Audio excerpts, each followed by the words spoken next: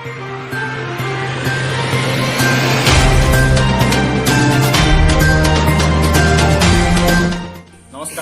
প্ৰিয় দৰ্শকসকল, এয়া আমি ইতিমধ্যে হলীয়া চেকনি ধৰা ঘৰত উপস্থিত হৈছোহি। এই হলীয়া চেকনি ধৰা ঘৰতে আপোনালোকে দেখিবলৈ পাইছে এই ভগাচিকা ঘৰটোৱে।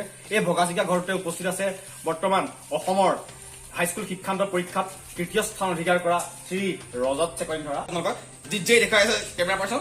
এয়া আমি পোনে পোনে যাব বিচাৰিছো ৰজত চেকনি ধৰা। ৰজত চেকনি ধৰা, আমি আপোনাৰ ওচৰলৈ আহিব বিচাৰিছো। আপোনাৰ মনৰ অনুভৱ কওক, আপোনাৰ কেনেকুৱা লাগিছে? আপুনি কেনেদৰে পঢ়া শুনা কৰিছিলে? আপোনাৰ টিউচনৰ কিবা সুবিধা আছিলে নে? আমাৰ DJ দেখুৱাই আছে লগুটি নিউজত। আপুনি কওক আপোনাৰ মনৰ ভাৱ কেনেকুৱা, আপুনি কি কি কৰিব বিচাৰে আৰু ভৱিষ্যতে আপুনি কি হ'ব, আপোনাৰ পঢ়াৰ সুবিধা কেনেকুৱা আছিলে কওক। প্ৰথম সুবিধাৰ পৰাই যাওঁ। হয় সুবিধা মানে মই কি ক'ম আপোনাক, মোৰ একদম সুবিধা একদম বেয়া। হয় এইটো ঘৰ দেখি গম পাইছো।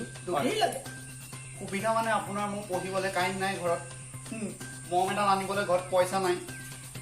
মই আপোনাক কি ক'ম। হয় আপোনাৰ ঢেৰেকনি মৰালে মই ৰৈ থাকো। ঢেৰেকনি মাৰে দৌমাই আহি কিতাপখন বাহিৰত তেনেকৈ উলিয়াই দিওঁ। যিমানকণ দেখো সিমানকণ মুখস্থ হয়, মই তেনেকেই পঢ়ো। কি দিনৰ দিনটো মই কাম কৰো। হয় আপোনাৰ আমি শুনিবলৈ পাইছো যে আপুনি ঘৰত খোৱাৰ অসুবিধাৰ কাৰণে আপুনি ঘৰত পঢ়িব নাপায়। আপুনি কি ক'ব বিচাৰিব?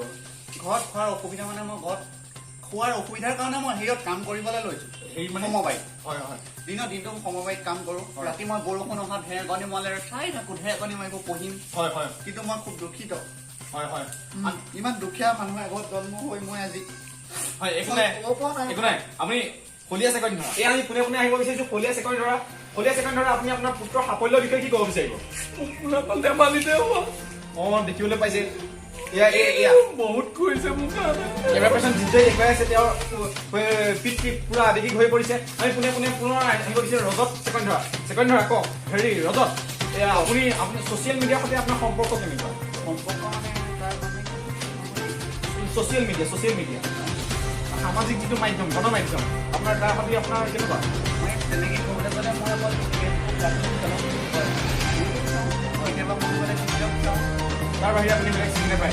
এতিয়া আপোনালোকে দেখিবলৈ পাইছে এয়া আচলতে সফল ছাত্ৰ ছাত্ৰীখনৰ লক্ষণ হ'ব লাগে। তেওঁ কোনো ছচিয়েল মিডিয়াৰ লগত জড়িত নহয়, কেৱল তেওঁ ফেচবুক, ইনষ্টাগ্ৰামৰ, টিকটক বুলি কোৱা ইউটিউব চাই তেওঁ এইকেইটা এপৰ লগত তেওঁ জড়িত। আপুনি এনে কিমান ঘণ্টাকে কৰিছিলে কিবা ক'ব নেকি? মই প্ৰায় 23 ঘণ্টা ঢালো। টেষ্ট দিয়ে, তেওঁ ক'ব বিচাৰিছে যে তেওঁ টেষ্ট দিয়ে। পোনে পোনে আমি আহিব বিচাৰিছো হলীয়া চেকনি ধৰা ওচৰলৈ। পুত্ৰৰ সাফল্যত আপোনাৰ মনটো কেনেকুৱা লাগিছে? মনটো প্ৰফুল্ল লাগি আছে। ইয়াত তেওঁ ক'ব বিচাৰিছে বৰা ৰাইচ মিলৰ প্ৰফুল্ল লাগি আছে তেওঁৰ মনটো। আৰু লগতে আমি এটা কথা সুধিব বিচাৰিছো যে ৰাতিলে যদি ভোজ ভাতৰ ব্যৱস্থা আপুনি কিবা ভাবিছে নেকি? আপোনাক মই কৈছিলো নহয়। হয় আমি লগুটি নিউজৰ জৰিয়তে সমগ্ৰ অসমবাসী জনাব বিচাৰিছো। কেমেৰা পাৰ্চন DJ দেখুৱাই আছে, তেওঁৰ ৰাতিলে যিটো ভোজ ভাত, তেওঁ এটা কথা ক'ব বিচাৰিছে কোনোবাই যদি পইচা পাতি দিয়ে বা ডনেশ্যন দান বৰঙণি যদি দিয়ে, তেওঁৰ হলীয়া চেকনি ধৰাই এটা খাচী আনিম বুলি কৈছে। আৰু খাচীটো আনি মাংসটো কাটি পেলাই সেই মাংসটো বেচি পেলাই ল'ৰাক তেওঁ পঢ়ুৱাই পেলাই ৰজতক পঢ়ুৱাই তাৰ ঠেংকেইটা কাটি গাঁৱৰ ৰাইজক এটা এসাঁজ ভোজ ভাত খোৱাৰ ব্যৱস্থা কৰিছে। ৰজত, আমি তোমাৰ ওচৰলৈ পুনৰ যাব বিচাৰিছো। তোমাৰ কোনোবা প্ৰেয়সী প্ৰেমৰ লগত কিবা সম্পৰ্ক আছে নেকি? বুলি ক'বলৈ গ'লে মই তেনেকুৱা কোনো ইতিমধ্যে আমি তেওঁৰ ঠেকা থুকা পাই আমি বুজিব পাৰিছো তেওঁৰ ভিতৰে সেইটো বাৰু বাদ দিলো।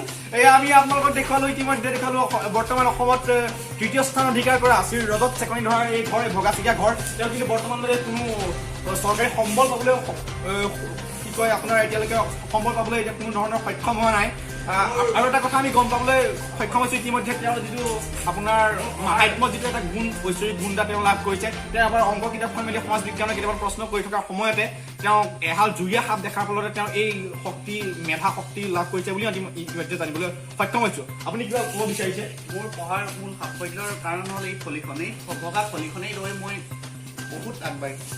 হয় এই দিনটোৰ 8 ঘণ্টা সমবায়িত কাম কৰি সেই সমবায়িত চাউলে আকৌ ভাত খাই পেলাই তেওঁ দিনটো 23 ঘণ্টা পঢ়ি তাৰ মাজতে 1 ঘণ্টা বিশ্ৰাম কৰি প্ৰেমে প্ৰীতিয়ে সময় পাৰ কৰাই পেলাই তেওঁ এই অৱস্থাত উপনীত হ'বলৈ সক্ষম হৈছে। এনেদৰে অসমৰ বহুতো লোক আছে যিসকলে বৰ্তমানো এই অৱস্থাত উপনীত হৈ আছে, কিন্তু তেওঁলোকৰ মেধা শক্তি আপোনালোকক দেখুৱালো। কেমেৰা পাৰ্চন DJ সৈতে লগুটি নিউজ।